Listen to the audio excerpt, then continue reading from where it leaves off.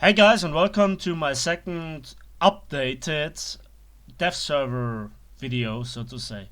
Now, there were changes on the dev server, there were also actualized, so to say, on the preliminary patch notes that they fixed stuff. And well, let's have a look at it. Well, the first thing I was interested in was if they have reworked the turret front of the T29, the upcoming American premium heavy tank on tier 4, but it's still not 298 millimeters even after the rework. I have no idea where the rest of the armor should be. It's really that this gigantic gun mantle that should be like 300 millimeters thick. I thought there would be a second armor plate behind that, maybe, you know, some sort of spaced armor, but I can't find it out.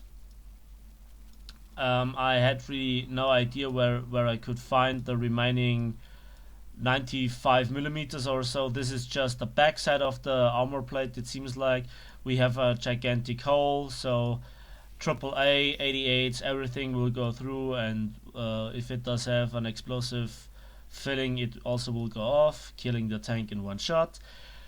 So they haven't changed that. Well, what they have done is, at least, if I'm not wrong, giving the P61A1 and also the Tech Tree version a cockpit.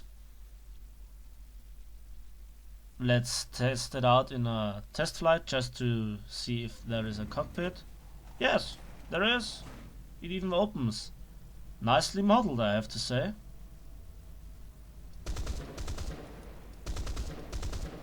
The one thing I'm missing, but it wasn't mentioned in the patch notes anyway, is the module which was promised to us that should allow to fix the turret for in a frontal position so that we have direct fire.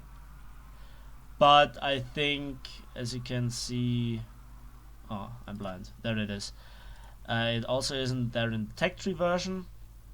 Doesn't matter. Not too bad. So with the Germans, I couldn't find the AG162A1, which was advertised. You know, with a battle rating of lower than the A2, I guess 6.3 if I'm not mistaken. Yeah. Then also we have the AG219A7, and I have to say, guys, if you think about a German premium, think about buying this. First of all, it's cheap. Second of all, it does have a lot of guns. 230mm MK108, 230mm MK103, and also 220mm, and also a lot of ammunition. The thing about this plane is it's from a community member, you know. It's made by one of you, or one of us, so to say, and a certain amount of the price you pay will go to the creator, as far as Gaijin promised us. Yeah, then when we have a look at the tanks, let's have a look at the Sture Emil. It was said that this gun is the most powerful in the game. I have no idea why it should be.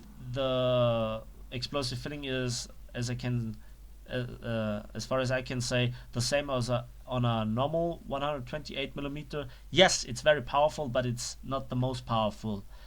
And also it doesn't have more penetration than a T10M stock shell, and also even the upgraded shell does have less penetration than the Yak Tiger's stock shell or the upgraded shell. It might be the mightiest gun on its battle rating, yes, but not in the game. The next thing is that we have the add-on armor on a lot of the German low tier or mid-tier tank destroyers, which will increase their battle rating or their survivability a lot. And let's have a look at the Panzer 470V, because I'm blind. Yeah, there it is. Because I have unlocked it there, and as we can see, it is covering a large portion of the tank, and also which is very important, the vulnerable side, where 3 crew members are uh, positioned, so to say, when we look in the X-ray. So those 3 guys get additional protection. Also, we can see that tracks are mounted on the side and even the upper front plate. Sadly, not the lower plate, but you can't have everything. Yeah. So that's with the Germans. Let's have a look at the Soviet forces. And yeah, I just had a look at my notes. The Yak 30's battle rating got adjusted to 8.0, which is much more, reasonable, because it was at 6.7, I guess. It had nothing to do there. It is, a parallel project to the MiG-15 and the LA-15, so I expected a kind of similar battle rating. 6.7 was way off. But, it's the dev server. Things are subjected to change. And let's have a look at the tanks. There is one big surprise. It's the new model of the IS-3. Let's have a look in the custom, or customization. What you can see is that the turret got refined, so to say, a little bit, and also it got a bit raised. So here you actually can see a gap. Yeah, and this offers the opportunity to shoot the turret ring, which is 130 millimeters thick, so that's an actual nerf. And also this area here got bigger, so you can hit it more reliable with big HE shells, penetrate this 30 millimeter roof, so to say, of the driver, and fragment down into the ammunition chamber more reliable.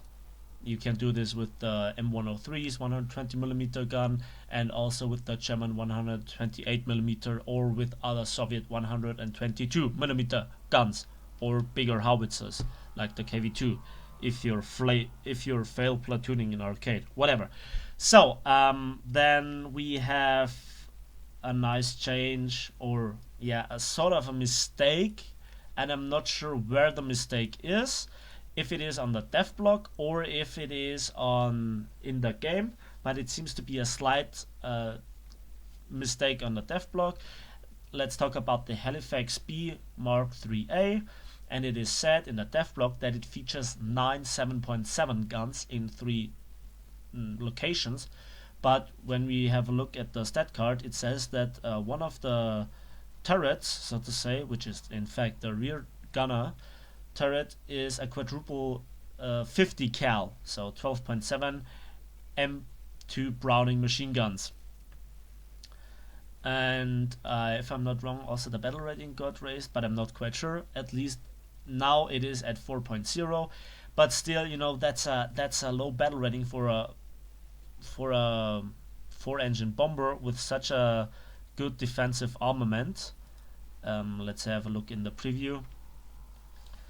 Also, the bomb load is relatively strong, with up to 5 tons, according to the dev block.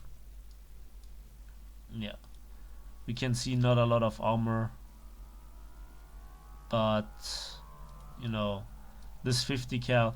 If you fear the twin 50 cal on American bombers, look no further. You have you have something new to play with.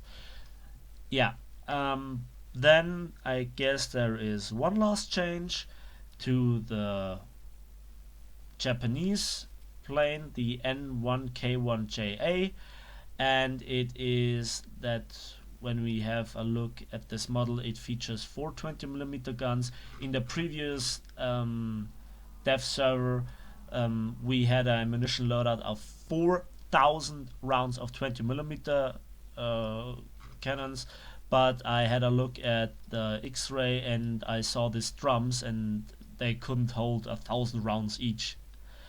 So 400 rounds seems more reasonable. It is still a good ammunition loadout, but it's not even half of the 2 other N1K variants, which by the way got updated models according to the devlog. So those were around about the changes. Maybe I will do also some maps previews, which I was on today, they look fantastic, I have to say. They will give something new to play on, and I'm looking forward. So, thanks for watching. Hope you enjoyed the video. Please subscribe, give a like to this video. It really helps the channel out. Share it to your friends maybe, and I hope you're looking forward to this patch like I'm doing. Yeah, there's nothing more to say. See you next time.